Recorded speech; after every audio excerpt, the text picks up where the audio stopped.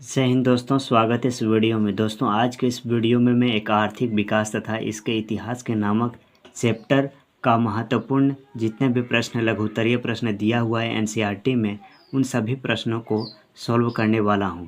इसी से दोस्तों जो भी बोर्ड एग्ज़ाम होते हैं इसी से क्वेश्चन उठाए जाते हैं, इसीलिए मैंने इसको काफ़ी आसान भाषा में समझा रखा है। ये काफ़ी इम्पोर्टेंट चैप्टर है अर्थशास्त्र का। तो दोस्तों सबसे पहला प्रश्न है कि अर्थव्यवस्था किसे कहते हैं, यानी कि अर्थव्यवस्था होता क्या है। तो अर्थव्यवस्था एक ऐसी ढांचा यानी कि सिस्टम है जिसके अंतर्गत जो है वो विभिन्न प्रकार की आर्थिक क्रियाएं संपादित की जाती हैं। जैसे कृषि हो गया, कृषि भी एक आर्थिक क्रिया है।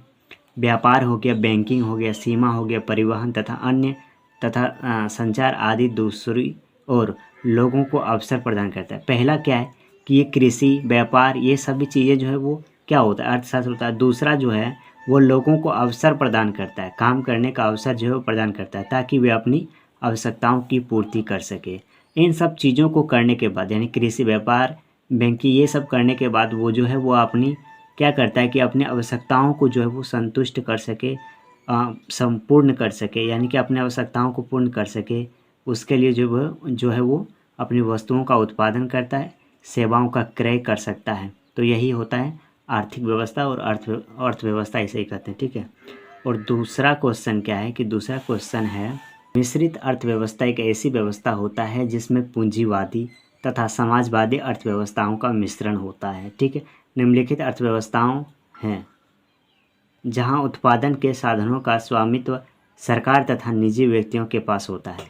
मिश्रित अर्थव्यवस्था में ऐसी अर्थव्यवस्था होता है जिसमें पूंजीवादी तथा समाजवादी दोनों होता है, और दोनों जो है वो क्या करता है कि जहां उत्पादन के साधनों पर स्वामित्व सरकार तथा निजी व्यक्तियों के पास में होता है। इसमें स्वामित्व जो है यानी कि अधिकार जो है सरकार के साथ साथ किसी निजी व्यक्ति के हाथों में भी होता है, तो उसे हम मिश्रित अर्थव्यवस्था कहते हैं। तीसरा है कि सतत विकास क्या है। ये काफ़ी इंपॉर्टेंट है क्योंकि ये जो है आपको भूगोल में मिलेगा, राजनीति शास्त्र में मिलेगा, और ये अर्थशास्त्र में तो दिया ही है, ठीक है। तो सतत विकास का शाब्दिक अर्थ होता है कि एक ऐसा विकास जो कि जारी रह सके, जो क्या रह सके, जारी रह सके, टिकाऊ बना रहे। और सतत विकास में न केवल वर्तमान पीढ़ी की बल्कि भावी पीढ़ी के विकास को भी ध्यान में रखा जाता है।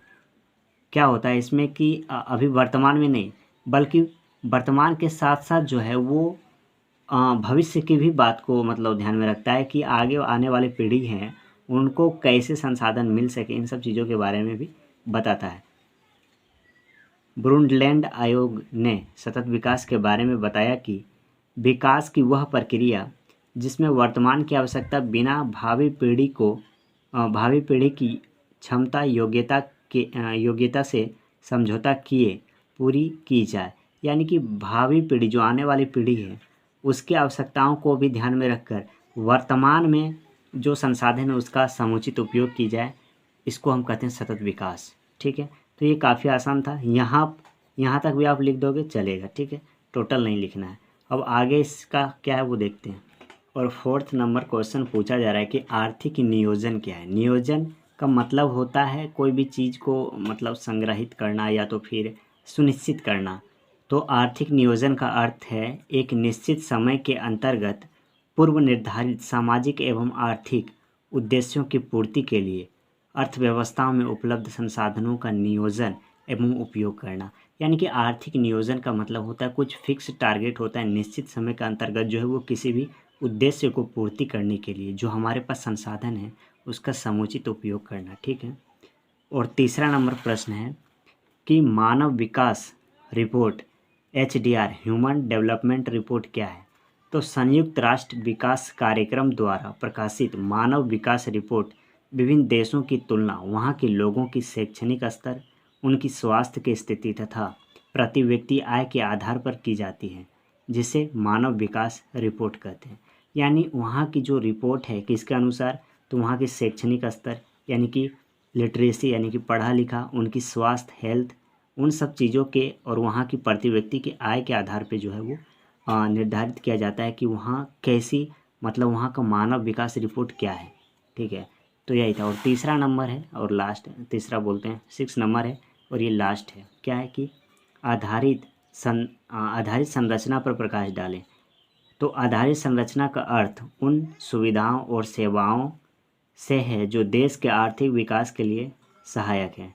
तो वे सभी तत्व कौन कौन से? तो बिजली है, परिवहन है, संचार, बैंकिंग, स्कूल, कॉलेज तथा अस्पताल आदि देशों के आर्थिक विकास के आधार पर उन्हें देश का आधारित संरचना कहा जाता है। किसी देश के आर्थिक विकास में आधारित संरचना का महत्वपूर्ण योगदान रहता है। ठीक है, क्या है कि बिजली, परिवहन, संचार, बिजली यानी कि जो इलेक्ट्रिसिटी होता है, और परिवहन यानी कि रोड, सड़क वगैरह, संचार यानी टेलीविज़न, फ़ोन, ये सब, और बैंकिंग, कॉलेज, ये सब चीज़ों का जो है वो काफ़ी महत्वपूर्ण योजना हो मतलब इम्पोर्टेंस होता है। तो दोस्तों वीडियो यदि पसंद आया हो तो वीडियो को लाइक करें, साथ ही साथ हमारे इस चैनल को सब्सक्राइब करें।